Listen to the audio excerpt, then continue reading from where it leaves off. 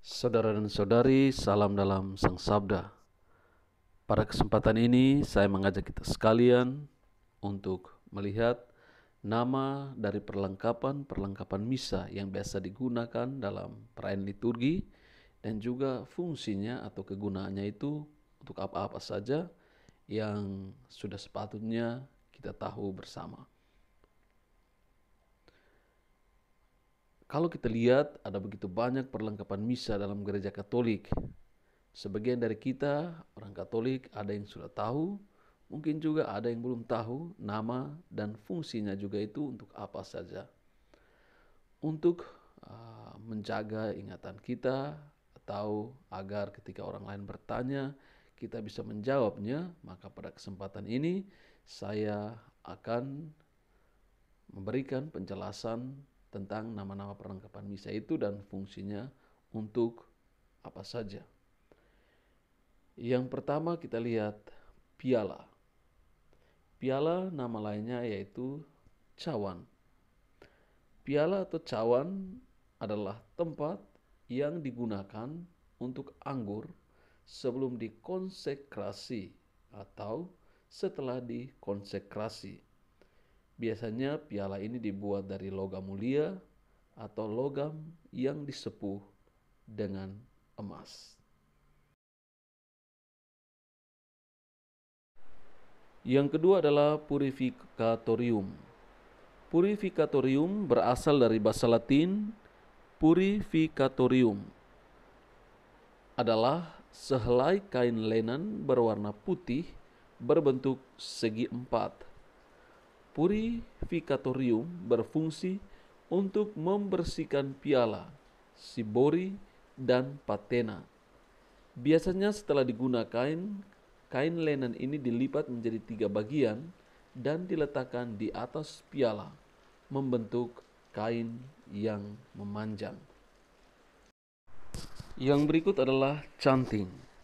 Canting adalah sendok kecil yang biasanya digunakan oleh imam untuk mengambil air dari ampul dan mencampurkannya dengan anggur yang ada di dalam piala. Yang berikut adalah patena. Patena dapat diartikan sebagai piring. Bentuknya bundar, pipih, ada yang datar atau sedikit melengkung. Patena digunakan sebagai tempat hosti yang akan dikonsekrasi. Biasanya patena diletakkan di atas purificatorium. Patena terbuat dari emas atau logam yang disepuh dengan emas. Yang berikut adalah pala. Pala corporalis dapat diartikan kain untuk menutupi tubuh Kristus. Pala merupakan kain lenan berwarna putih. Pala biasanya keras dan kaku berbentuk persegi. Pala digunakan untuk menutup piala yang diletakkan di atas patena. Yang berikut adalah kain korporal atau korporale. Korporal atau korporale merupakan kain lenan berwarna putih berbentuk segi empat. Di tengahnya terdapat gambar salib. Korporal atau korporale berfungsi sebagai alat untuk bejana suci roti dan anggur. Biasanya korporale diletakkan di atas pala.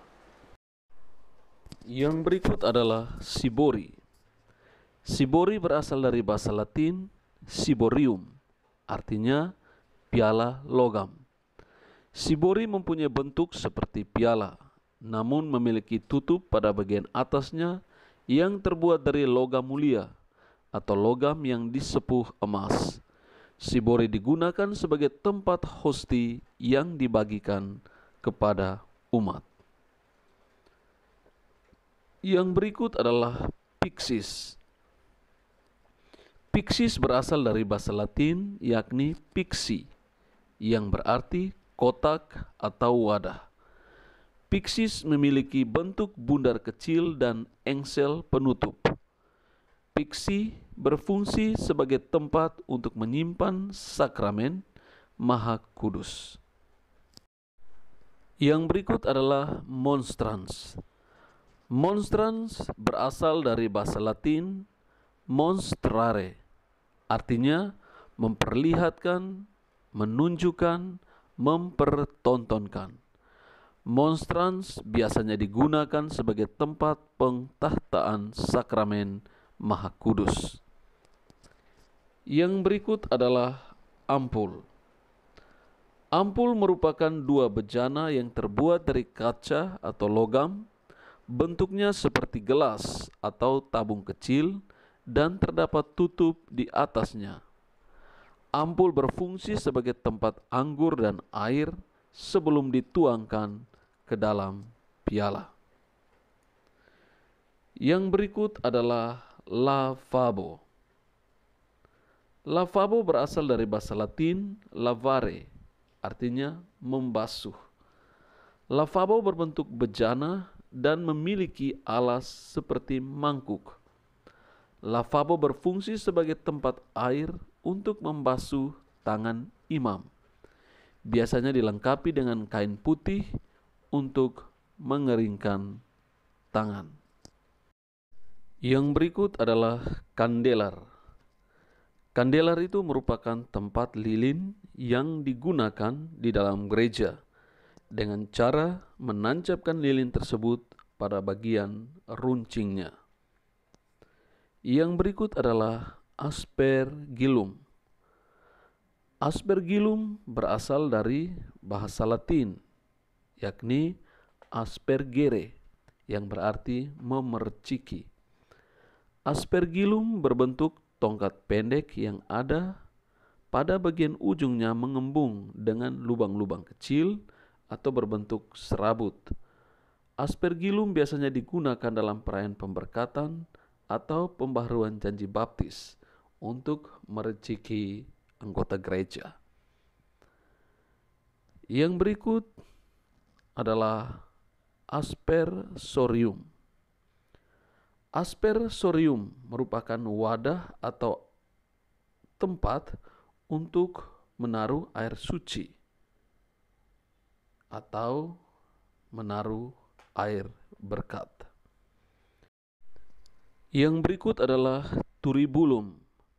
Turibulum merupakan tempat untuk meletakkan bara api yang memiliki 3 rantai sebagai penyangga dan 1 rantai untuk membuka tutupnya di bawah dengan cara diayunkan, atau yang biasa kita kenal dengan dupa.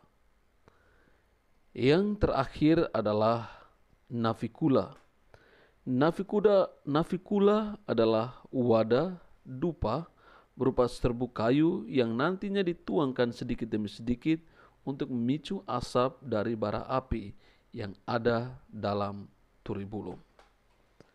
Saudara dan saudari, demikian sedikit penjelasan tentang alat perlengkapan misa yang ada dalam Gereja Katolik yang sering digunakan dalam perayaan-perayaan liturgi, dan juga apa saja fungsi dari alat-alat perlengkapan tersebut. Terima kasih, salam dalam sabda, dan Tuhan memberkati.